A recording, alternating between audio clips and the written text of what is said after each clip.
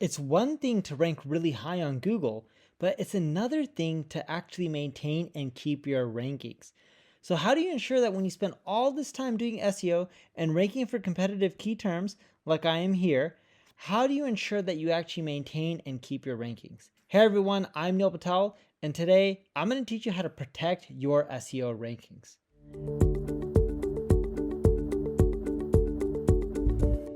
Now, before we get started, make sure you subscribe to this channel, and if you're on YouTube, click the alert notification.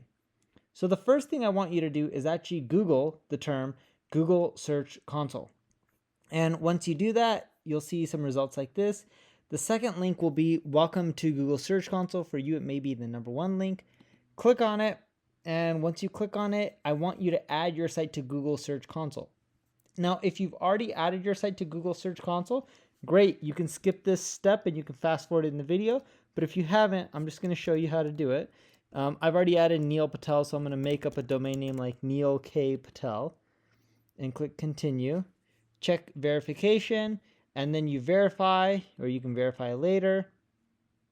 And then once you do that, and you're within Google Search Console and you verify your site, it really is that simple.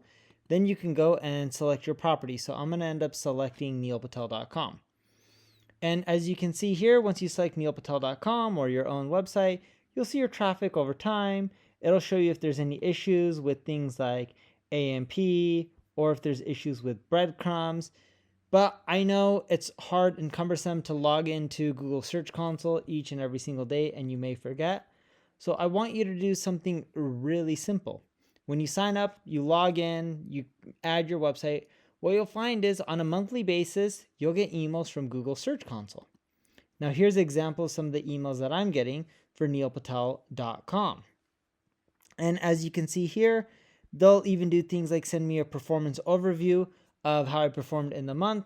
Here's my April numbers, clicks, impressions, your new top content, your top performing gains, your how do people find you, top performing queries, learn about your audience.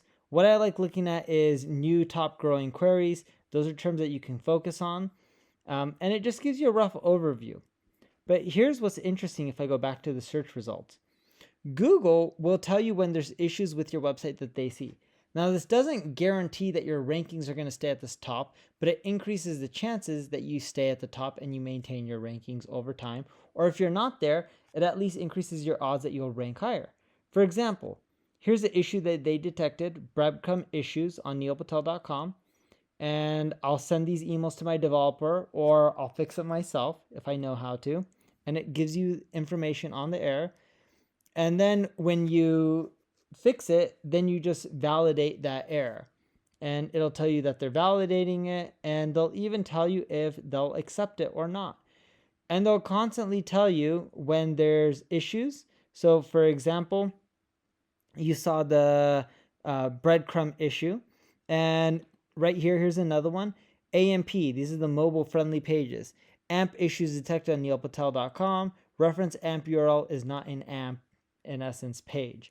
So something that I would send to my developers to fix, or I can do it myself. And when you submit for errors, if you validate them and everything goes well, great, and it'll constantly tell you, all right, it's fixed. Like here is coverage issues detected, another one, 500 error on the server. So went and fixed that and submitted it. And when I submitted it, sometimes for the 500 errors, it says some fixes failed. And when I say some fixes fail, then I go and then I try to validate and fix it again. But if you do this and you constantly do this, what you'll find is over time, you'll fix each and every single one of those issues that Google is seeing on your site, which will then increase the odds that you'll maintain your rankings. And if you're not ranking that well, if you fix all the issues that they continually send you, over time, your ranking should climb as well. And if you just do this, it's a great way to just ensure that you rank a little bit higher, at least maintain a little bit more rankings and have less fluctuations over time. If you have any questions, feel free to leave a comment below. If you enjoyed the video, like it, share it, tell other people about it. And if you just want my team to do all of this work for you and help improve your SEO, check out my ad agency, NP Digital. Thank you very much.